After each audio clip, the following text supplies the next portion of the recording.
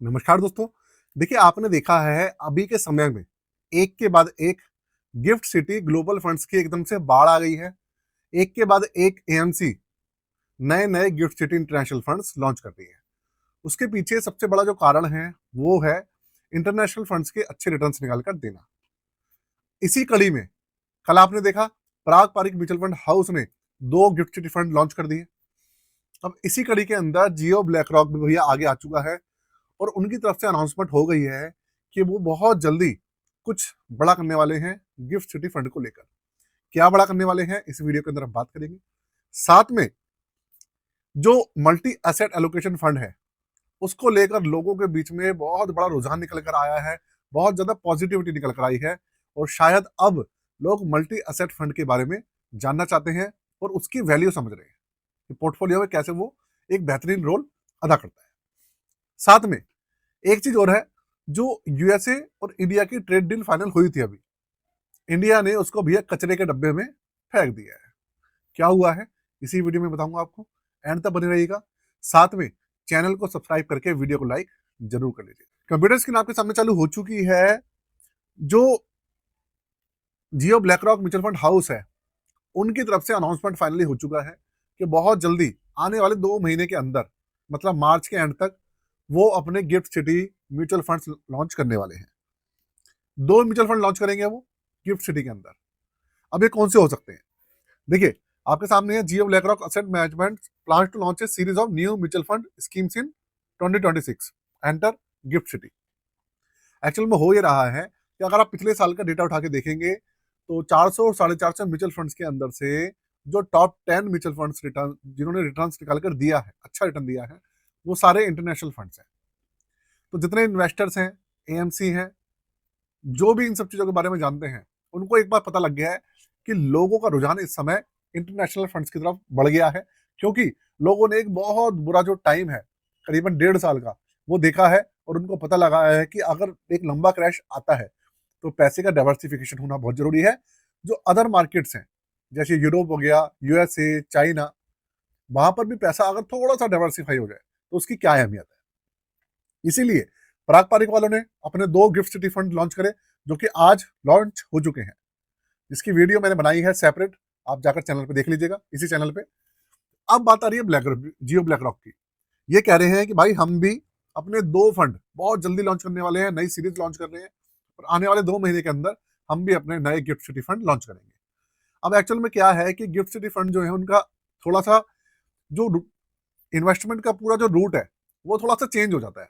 लोगों के दिमाग में एक शंका रहती है कि ये gift city mutual fund actual में है क्या।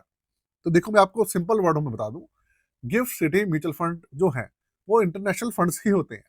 एक्चुअल में इंडियन गवर्नमेंट ने गुजरात के अंदर एक फाइनेंशियल हब बना रखा है जिसे हम शॉर्ट में आईएफएससी कहते हैं, उसे हम गिफ्ट सिटी के नाम से भी जानते हैं। तो ये इंटरनेशनल जो फॉरेन इन्वेस्टमेंट है उसको मैनेज करता है, पूरा का पूरा इंटरनेशनल सर्विसेज जो है उनको मैनेज करता है, ये जो हब है वो मैनेज करता है। और ऐसे हब ना हांगकांग के अंदर है, हांगकांग की तर्ज पे इंडिया ने बनाया है। तो अब इसमें है क्या कि भाई, अगर किसी भी एएमसी को नया फंड लॉन्च करना है और वो गिफ्ट सिटी के थ्रू लॉन्च करता है, तो जो पैसा जो रूट होता है वो डायरेक्ट ना होकर गिफ्ट सिटी के थ्रू अलग अलग मार्केट के अंदर पैसा रूट हो जाता है। तो उसमें होता क्या है कि इन्वेस्टमेंट तो भाई वहां से घूम के आ जाती है, उसके अंदर जो इंडिया की जो लिमिटेशन है $7 बिलियन की, वो सब चीजें, वो बैरियर जो है पार हो जाती है। तो वो जो सदर्दी है वो खत्म हो जाती है। इसलिए अब एक तरीके से जो एएमसीज हैं उन्होंने एक तरीके से अलग तरीके से जो नए तरीके के जो म्यूचुअल फंड है वो लॉन्च करने शुरू कर दिए हैं। है वो म्यूचुअल फंड ही, सब कुछ जैसे नॉर्मल म्यूचुअल फंड्स होते हैं सब कुछ वही है, बस जो तरीका है वो चेंज हो गया। जो नॉर्मल म्यूचुअल फंड्स होते हैं उनके तो होता क्या है कि अगर नॉर्मल इंटरनेशनल फंड लॉन्च करेंगे तो डायरेक्ट वो जो डायरेक्ट यूएसए की मार्केट है, चाइना की है, जिस कंट्री को बेस करता है, वहां के जो स्टॉक्स हैं सीधा पोर्टफोलियो में शामिल करेंगे। लेकिन होगा क्या, गिफ्ट सिटी के थ्रू करेंगे तो वो वहां के जो ईटीएफ ऑलरेडी चल रहे हैं मार्केट के अंदर, उनके यूनिट्स जो हैं उनके पोर्टफोलियो में शामिल करेंगे। बस इतना ही फर्क है। तो भाई ये चीज है। अब ये तो बात हो गई ब्लैक रॉक की। अब बात करते हैं सेबी ने क्या कहा है। सेबी ने कहा है कि भाई जो मल्टी एसेट फंड है उनका ना बूम देखने को मिला है। बूम कैसे कि जनवरी, ये जो जनवरी गया है इसके अंदर 10,485 करोड़ का ना मल्टी एसेट फंड के अंदर इन्वेस्टमेंट आया है और 7,672 करोड़ का जो अमाउंट है वो फ्लेक्सी कैप फंड के अंदर आया है। तो मैं आपको बताऊं एक्चुअल में अब लोगों को एक बात समझ में आई है, अगर आज से 1 साल पहले आप जाएंगे, 1.25 साल पहले जाएंगे, तो मल्टी एसेट फंड को ना कोई पूछता भी नहीं था और फ्लेक्सी कैप फंड के अंदर भी बस एक ही फंड लॉन्च हमारा मतलब फेमस था, पराग पारिक फ्लेक्सी कैप फंड या एचडीएफसी। इसके बाद इसके अलावा कोई बातें नहीं करता था फ्लेक्सी कैप कैटेगरी के अंदर। लेकिन अब क्या है, लोगों का भाई आंखें खुली है, उनका भैया जो दिमाग है उसने भैया बहुत तेजी से काम करना शुरू करा है। पैसे के डाइवर्सिफिकेशन करना उनको समझ में आया कि डाइवर्सिफिकेशन नाम की भी चीज होती है, पैसे को एक ही जगह लगाना मतलब पैसे को खतरे में डालना है। इसलिए अलग अलग असेट क्लास में, असेट क्लास मतलब जैसे गोल्ड हो गया, सिल्वर हो गया, real estate, infra project, cash और cash equivalent, equity, debt funds, इतनी अलग अलग कैटेगरी इसके अंदर डालना जरूरी हो गया है। और इन सब चीजों को अच्छे से अगर कोई पर्सनल खुद करना चाहे तो भाई किसी इन्वेस्टर की बस की तो है नहीं। तो उसके लिए सबसे अच्छा जो ऑप्शन निकल कर आता है उनको मल्टी एसेट फंड दिखते हैं, फ्लेक्सी कैप फंड दिखते हैं। इसलिए लोगों का जो रुझान है वो इनकी तरफ बढ़ा है। यही कारण है, इसके अलावा और कोई भी नहीं है कारण। इसी वजह से आप देख रहे हैं कि जितने भी जियो ब्लैकरॉक फ्लेक्सी कैप फंड एकदम से खूब फेमस हुआ है। पराग पारिक एकदम से फेमस तो पहले से ही था वो, और अब उसके अंदर और तेजी से जो आप देख रहे हैं एयूएम बढ़ रहा है। एचडीएफसी फ्लेक्सी कैप फंड के अंदर एकदम से तेजी से एयूएम बढ़ रहा है। उसका जो एचडीएफसी फ्लेक्सी कैप फंड है उसका जो कुछ ही महीनों के अंदर एयूएम 1 लाख करोड़ के पास पहुंच गया, 1 लाख करोड़ के पार चला गया। तो भाई इसलिए इसका कारण यही है। और देखा जाए तो इन्वेस्टर के लिए ऐसा करना जरूरी भी है। दोस्तों एक चीज आपको बता दूं कि अगर आप अपना वेल डाइवर्सिफाइड पोर्टफोलियो बनवाना चाहते हैं, अगर पोर्टफोलियो रिव्यू कराना चाहते हैं, नया बनवाना है, तो उसके लिए आप हमसे भी करवा सकते हैं। डिस्क्रिप्शन के अंदर व्हाट्सएप नंबर है, चार्जेस है, आप जाकर एक बार देख लीजिएगा। बताना इसलिए जरूरी होता है क्योंकि बहुत सारे नए लोग होते हैं जिनको पता नहीं होता। अब ये सब चीजें हो गई, बात कर ली हमने जियो ब्लैकरॉक की और बात कर ली हमने मल्टी एसेट की। अब बात करते हैं इंडिया और यूएसए की जो ट्रेड डील है उसकी। क्योंकि इंडिया यूएसए की जो ट्रेड डील है उसको लेकर ना अब असमंजस जो है ना वो बना हुआ है। क्यों?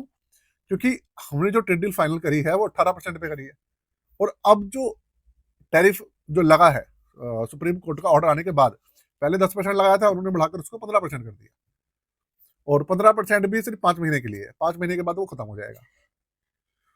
5 महीने मतलब 150 दिन, 150 दिन के लिए मैक्सिमम। तो और ग्लोबली सबके लिए सेम है। तो इंडिया ने करा क्या है, इंडिया नेगोशिएशन के लिए उनका ना पूरी की पूरी एक टीम थी जो कि ट्रेड डील को बिल्कुल फाइनल करने के लिए अमेरिका जाने वाली थी। अब इंडिया ने करा क्या, जो वो डेलीगेशन जाने वाला था ना उसको कैंसिल कर दिया। एक तरीके से आप समझ लो यूएसए को ठेका दिखा दिया एकदम से। इंडिया कह रहा है भाई आप पहले जो, क्योंकि पहले की स्थिति अलग थी, अब की स्थिति बिल्कुल अलग है। अब डोनाल्ड ट्रंप के पास जो शक्तियां थी, जो इमरजेंसी एक्ट को यूज करके वो वेपनाइज कर रहे थे किसको, टैरिफ को। किसी से कहते थे कि तेरे ऊपर इतने परसेंट, कोई किसी की अगर उनको किसी का कमेंट पसंद नहीं आया तो उसका कहते ले भाई तेरे ऊपर इतना परसेंट। तो अब सुप्रीम कोर्ट का रोक लग गई है तो वो उस चीज को यूज नहीं कर पाएंगे, लेकिन वो अब अलग अलग तरीके ढूंढ रहे हैं, नए नए तरीके ढूंढ रहे हैं टैरिफ लगाने की। लेकिन ना उनके पास इतने तरीके नहीं है, एक दो तरीके हैं उनके पास टैरिफ लगाने के। एक तो यही है कि मैक्सिमम वो 150 दिन तक लगा सकते हैं किसी किसी देश के ऊपर टैरिफ, और वो भी सिर्फ 150 दिन तक, मैक्सिमम 15%। दूसरा, अगर उसके बाद वो बढ़ाएंगे तो उनको पहले सारी इन्वेस्टिगेशन रिपोर्ट देनी पड़ेगी, बहुत सारी चीजें करनी पड़ेंगी, उसके बाद ही होगा वो काम। दूसरा, वो क्या कर सकते हैं, किसी कैटेगरी कैटेगरी वाइज लगा सकते हैं कि मान लीजिए किसी सेक्टर के ऊपर, एल्यूमिनियम के ऊपर उन्होंने टैक्स लगाया तो लगा देंगे, किसी को मान लीजिए लोहे के ऊपर लगा दिया, तो ऐसा नहीं किसी पार्टिकुलर देश के लोहे के ऊपर लगेगा या आयरन पे लगेगा, पूरी दुनिया से जितना भी इंपोर्ट होता है, किसी भी देश से इंपोर्ट होता है, सबके ऊपर सेम टैक्स लग जाएगा। तो अब अलग अलग प्रॉब्लम हो गई है उनके लिए भी। तो देखते हैं वो क्या करेंगे, लेकिन अभी के समय में तो भाई उनकी जो गर्दन है ना वो फंसी हुई है। देखते हैं दोस्तों, मार्केट में आज पॉजिटिविटी भी दिखाई है, और मुझे तो ऐसा लग रहा है कि जो इंडिया और यूएसए की जो ट्रेड डील थी, फिलहाल इंडिया जो है उसके ऊपर नेगोशिएशन करने के चक्कर में है, और वो उसको सोच रहा है कि कचरे के ढेर में डाल के, उसको डस्टबिन में डाल के दोबारा से ट्रेड डील करते हैं, और देखते हैं पहले अच्छे से हो क्या रहा है, उसके बाद ही कुछ फाइनलाइजेशन करेंगे। क्योंकि ना अभी पता नहीं है कंडीशन क्या निकल कर आए। क्योंकि अभी के जो डोनाल्ड ट्रंप है वो तो भैया आप समझ लीजिए जैसे घायल शेरनी नहीं होती, वो पंजा मारती रहती है किसी को भी, तो भाई उनका तो वो हाल है। वो पता नहीं कब किसको पंजा मारे, किसको क्या ही बोल दें, शक्तियां तो उनकी छिन गई है।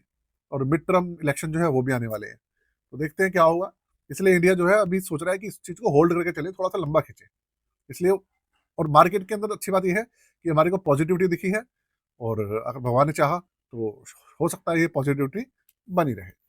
ठीक है, सबसे अच्छी बात तो ये रही है उनकी जो वो पावर थी ना वो छुट गई है, सुप्रीम कोर्ट ने उसके ऊपर भी बैन लगा दिया। सबसे अच्छी बात ये हुई है। तो दोस्तों वीडियो को यही खत्म करते हैं, जाते जाते चैनल को सब्सक्राइब कर लीजिएगा और वीडियो को लाइक जरूर कर दीजिएगा। आज के लिए जय हिंद, वंदे मातरम।